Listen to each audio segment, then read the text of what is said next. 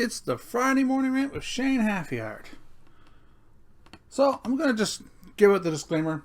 This is going to have coarse language, in politically correct stuff, things that might offend you, but hopefully will get you thinking. So if you can't handle that, Jack, then piss off. You're at the wrong podcast. We are back, bitches. It's Friday, April 17th, 2020. Why have I been gone so long? Well, to my 11 subscribers, I'll tell you. My computer was fucked. It shit the bed. Basically what happened was every time I tried to start my recording software, it would just turn this blue screen to death. It got so bad that I couldn't have Facebook open and then check my email in another window without it crashing on me. So it was time to get a new one. And so I'll tell you some stories. First of all, I hope everybody is safe, happy, and healthy during this trying times, these crazy times, these insane moments in our lives. I understand that it can be pretty scary out there, right? So, here's how some things affected me. Some little stories here, okay? And we went out to get a computer, me and my buddy, right? I waited till I got my income tax done, and I usually get a good size because I'm disabled. I get quite a bit of it back. So we went out. I had a couple grand in my pocket, and I was willing to spend it.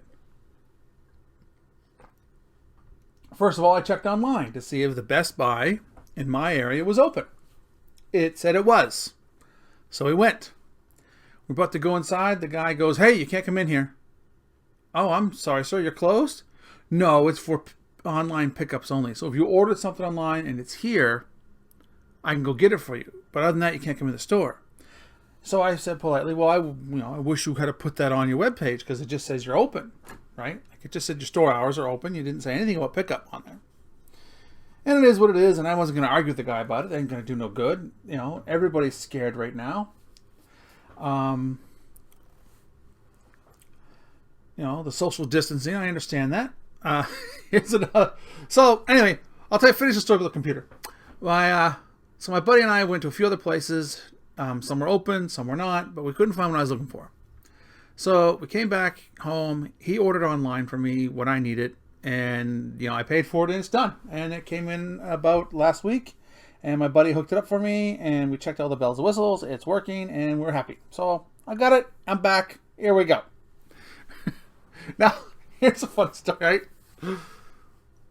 We're still relatively new to the idea of social distancing. I'm sure everybody has a story like this or has seen something like this, okay?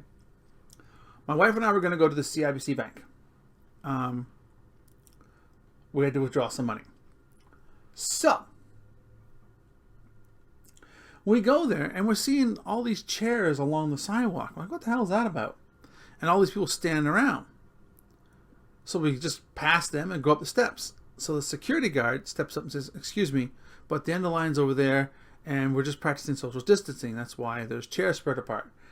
And my wife and I were quite embarrassed, and I laughed. I said, "Sorry, sir, I didn't even clue in." And he goes, "No, it's fine, no problem." And I just, shaking my head. I felt like such a fucking dunce. So we go to the back of the line, okay? And we finally get to the front line. It really wasn't that long of a wait.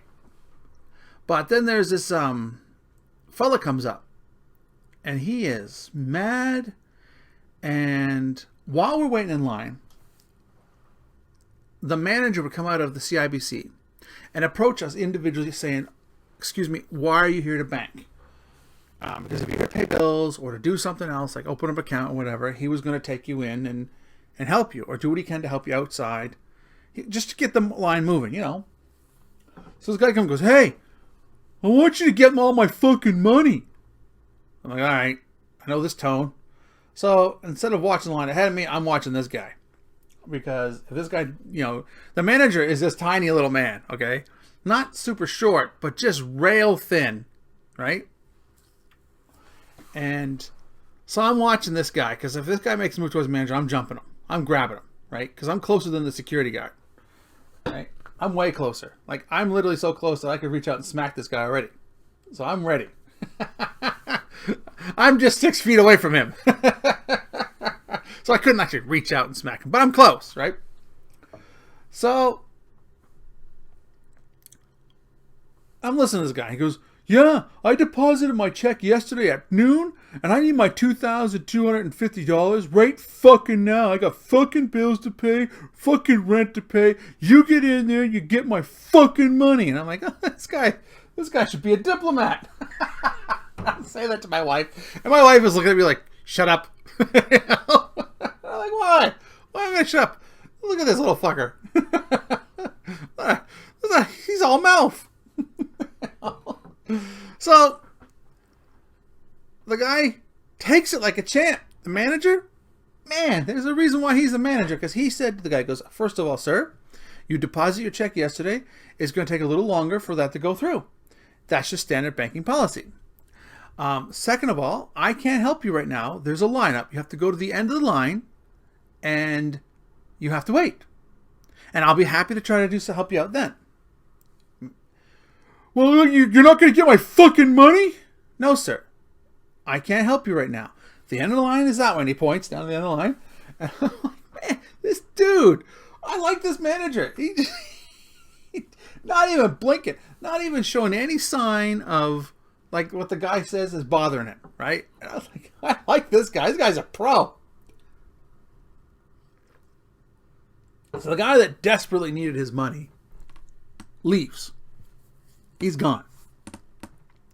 He doesn't go to the end of the line. He just leaves, stomps off and leaves. Okay? And I'm like, well, I'm glad that worked out the way it worked out, because I didn't want to have to, get involved in any way if possible.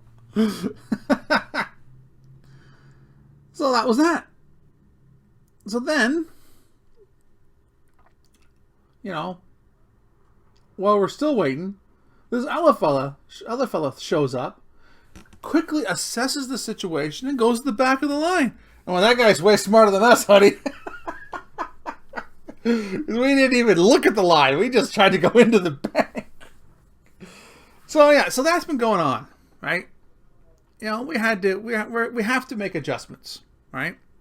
We have to follow the rules. We have to help people out by not spreading the virus, right? People are still wearing those masks. People, I'm going to tell you right now, that is not going to stop you. Okay, don't let that give you a sense of confidence. Okay, that is not going to stop you from getting infected. All right, if you can breathe through it, chances are your germs can go out and come in. What it will do is it will stop your spittle particles from going off and help that way with some of the spread. Okay, or if you cough or sneeze, it's going to stay in there. But it is not a complete deterrent. I don't know if you guys can hear that, but that's an ambulance. It is not a complete deterrent. So please don't think that just because you got one of those cloth masks on your face that you're 100% safe. You are not. Okay? So still, practice your social distancing. Stay home as much as possible. If you can, work from home. I'm working from home. My work is arranged so I'm working at home. And a lot of people are. There's still a handful of some people working at the office because not everybody could work at home. It's just not feasible. But they allowed me to work at home, and they allowed my son to work at home. So that's good. Our roommate, Charlie, he has to go into work. But he actually didn't have to. He works the same shift as my son, and he said that, he would rather work at the office. And he would rather, in his opinion, he feels he gets more done at the office, and it's an excuse for him to get out of the house and not be here all the time. And I see where he's coming from.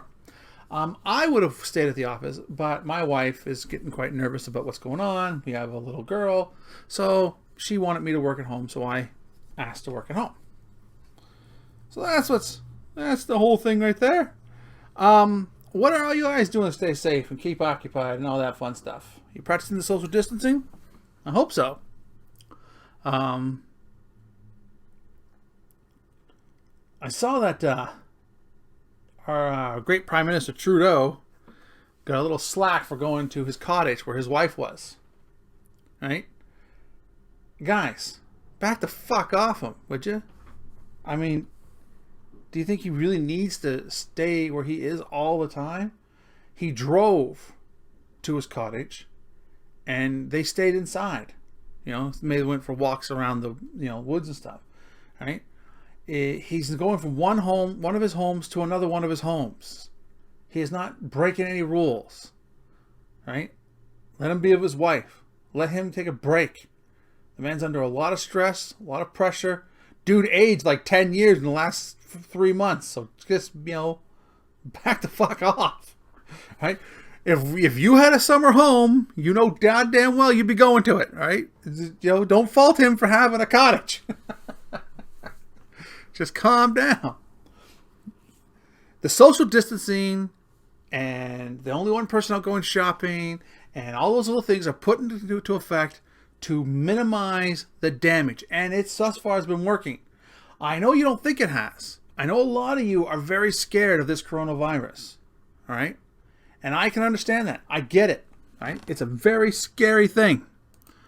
But what you got to look at is try to picture it this way, right? I'm not telling you, first of all, I'm not telling you not to be cautious, right? I'm not going to tell you not to implement any form of safety things within reason that you feel you should do, all right? But you need to relax, okay? Because one of those things that's going on is that people are panicking and not understanding that the coronavirus isn't as lethal or as deadly or as nearly as potent as you think it is, okay? Yes, it attacks the respiratory system. Yes, it causes mucus buildup in the lungs. Yes, that sucks, okay? But due to the measures that we're taking, i.e. social distancing, working from home, all those things that we're doing, we have reduced the spread tremendously, okay? Like, tremendously. 2.1 million people are infected right now, worldwide. Do you know how many died? Okay? It's 148,979 people have died as of this recording. Now, if you divide that by 2.1 million, right? Right? You get your percentage here. Let's see what the percentage is. Hold on. It's a 0.7% death rate. Okay?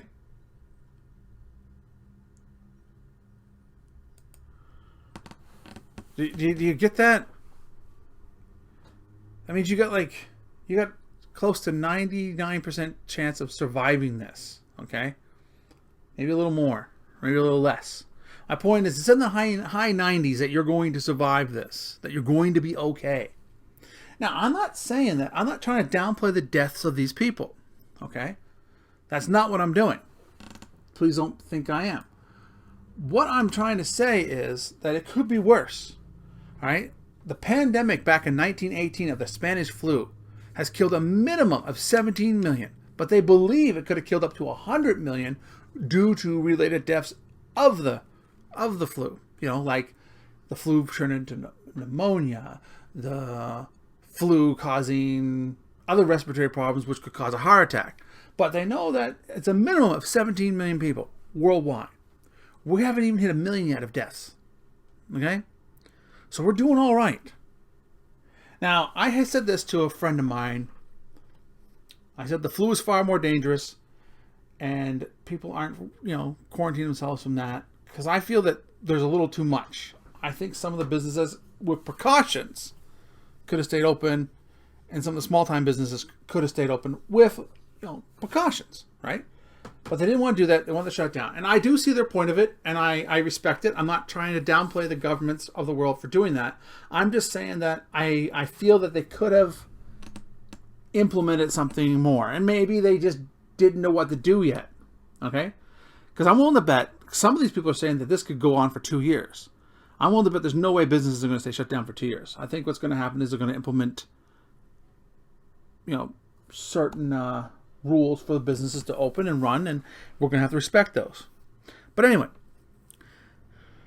so I told my friend this, right? We were emailing each other back and forth, and she quite obviously got mad at me. She was saying things like, well, my son has asthma, and I don't want him to get it. And I said, well, I don't want your son to get it either. I'm not saying not to be careful. I'm saying don't panic over it, right? And I said, look, we're going to agree to disagree because you're not getting what I'm saying here, right? And I didn't want to fight with her about it. And she hasn't talked to me really since. And that's okay, because she wants to be upset with me, that's fine. But it's not going to stop me from giving my opinion, right? We were talking about it, I gave my opinion. I feel it's overblown. I feel people are panicking for nothing. Do you guys remember when you couldn't find any frickin' toilet paper for a while, or hand sanitizer? That was fucking insane. What were you guys going to do, build a fort out of it? I mean, yes, take precautions. If you feel safe wearing that mask, and you feel safe wearing those disposable gloves when you go out and you do your shopping, okay? But you don't need to do that when you're picking out your fruit and vegetables and your packages at the place. All you have to do is when you get at home,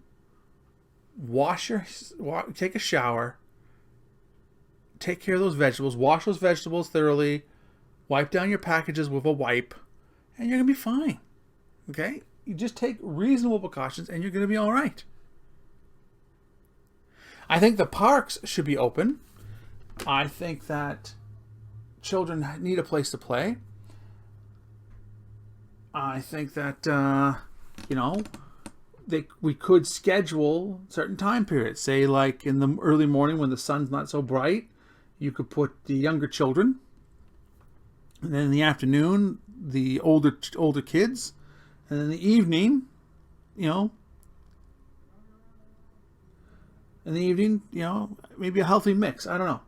But limited to a certain amount of people. And maybe we could have some volunteers to help enforce that. I'm not sure how we could do it, but we need to find a way for the children to be active and be safe, right? We need to find a way for somehow of the parks to be open, or, something along that lines. Because our kids are getting cooped up. Now, we take our daughter out for a walk every day, right? Good 30-minute brisk walk. But that's not enough. All right? Our kids need to be able to go out and play. We need to figure out how to do that while this is going on. Okay? Our education, they're starting to pick up some school programs, right? They're starting to do it at home, and that's good. But I think that should be extended to the summer. I think what we should do is this home education should be done to, say, mid-July, and then maybe have a test then to help make up for the time that we're missing. And a lot of you kids out there, you shouldn't be listening to this, but there are kids I know that listen to this. You're not going to be happy with that, but you're missing out on so much time here, right? Now, the subsidies. My wife is on she's on EI, okay? Her job had to let her go. She works at a hotel, so of course it's not going to be busy, so they had to lay everybody off. And that subsidy is very helpful, right? What's going on here? So we're quite thankful for that. But that's not a permanent solution. We're going to have to start traveling again. We're going to have to start working again. We're going to have to start doing these things because our economy is going to take a huge hit. I believe short term is going to take a big hit. But I think long term, because once we start giving jobs to those who help fix this mess, what's going on, I think long term our economy is going to take a boost for a while. All right? I'm not an expert. This is just my theory. I'm just spitballing here, folks. But I think short term, our economy is going to take a big dip. I think we're now at 67 cents on the American dollar. Holy fuck. We're the Northern Peso. The Americans come up here and be like, I could be like the quarter going, hey, how you doing? You want some beer? Or do you want the snowmobile? I can get you a good deal, baby. Because Jesus, 67 cents on the dollar. Holy fuck. If I was to take $5 and take it to the bank and say, can you exchange that for American money? They might just throw it in the garbage and just look at me. Holy God. It's terrible. I just go, well, it's gone. I'm like, well, I guess it beats carrying that around in my wallet. Like, shit. The American dollar has gone to hell. Or Canadian dollar, I mean. American dollar is, way better than ours. Canadian dollar has gone to hell. God damn it. There was a point. Not, 13 years ago or 14 years ago, our money was worth like 15 cents more than the American dollar. That was awesome. That's gone. So yes, I have been keeping myself busy at home. What have I been doing, you wonder? Oh, I have been really crushing it this week during my workout. Can't go to the gym anymore. And I have like an extra hour and 40 minutes a day now before I start my shift. Because I have to catch the bus, right? I'm almost blind, so I have to bus it. So I have to go to the bus at I have to leave here at like 12:45. Get to the bus, get on the bus at 1:15 to be at work at 1:30, start my shift at 1:45. So, an hour and change that I got. So, I've been hitting my workout, just crushing it because I only started doing my workout again I've only been working at home for 2 weeks, okay? My first week at home, my body was just so sore because I was using a kitchen chair to sit at my desk. And my God, that hurt like hell. You wouldn't believe the difference between a simple good chair and a simple kitchen table chair will make on your body. Because I was getting up, my spine was killing me, my tailbone was sore, I could barely walk right, my knees hurt. So my wife ordered me a office chair online. And that came in, I think yesterday, right? So I started working out though on Sunday. I figured to myself, look, I got to get in shape. I can't just not work out. I mean, they're starting to call it the COVID pounds, right? People are gaining weight at home. And I was like, I got to work out. I got to keep myself in shape. I'm too big. I'm over 300 pounds. I got to lose weight. So I'm like, doing my at-home workout. I found these walk fit exercises for low impact. And I'm lifting light weights, right? So I did that. And I started Sunday. And I did it to today, and I'm going to do it again tomorrow. So I'm doing one day I'm doing weightlifting, the other day I'm doing cardio. And that's how I'm doing, alternating back and forth. For now, until I get bored of it, and then I'll find some other way to work out. But yeah, I've been crushing it, right? And I've been working on my writing. My goal is to either get a literary agent or at least pass out my short story to as many magazines that are still publishing short stories as possible, right? Because I would like to get published on paper, and I don't want to try to self-publish. I think it's in me because I've always wanted to be an author recognized by a publishing company. So that is my goal. My goal is I'm no longer letting fear hold me back. I am writing every day.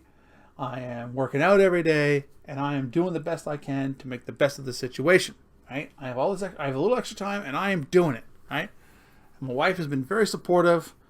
For the most part, she loves her sleep. So at one point, I'm waiting for her to wake up before I do my workout. And then 9 o'clock hit around, and I said, look, I can't wait anymore. So I turned the lights. And I said, sorry, honey, I can't wait anymore. I got to get this done. And she understood. And that's where she's being very supportive. Because even though she wanted to sleep in longer, she didn't get mad at me for waking her up. She understands that I need to lose weight. I need to start writing. Those are my dreams and goals. And I'm going to do what I can to make it happen. So that's what I've been doing with my time. Instead of sitting around being bored, watching Netflix, playing video games all day, I found things I wanted to do that I wanted to focus my real attention on, and I've been doing it. And I've been crushing it this week. And I hope this trend continues. I haven't been able to teach Kung Fu because, for obvious reasons, people would come to my house. We can't have that. But, other than that, I've been keeping busy. What have you all been doing? Let me know in the comments what you've been doing, okay? Let me know how you're working out and getting your subsidies too. You're getting help there's help from the Red Cross. There was help from, the Trudeau's promised $2,000 a month to those who were lost their job due to the COVID virus. They're offering small businesses help. If you're in that situation, let me know how it's working out for you. I'd love to see that in the comments down below, or you can email me at shanehalfyard@hotmail.com. I'd like to hear from you. Our contest is still on, folks. If you want a chance to win a $25 gift card of your choice. All you have to do is leave a comment down below, ask a question, make a statement, call me an asshole, whatever you want. If I read it on the air, chances are I will. You will be put in to the draw. The other catch is you have to be a subscriber. And I know all 11 subscribers, or 12 subscribers. So if you say you are and I don't recognize your name, I know you're not going to be one. That's the advantage of having such a small amount of people. You get to know those who have subscribed to you pretty well. Anyway, that's all I got for today. Next week, I'll be back. Stay safe, stay healthy, stay happy.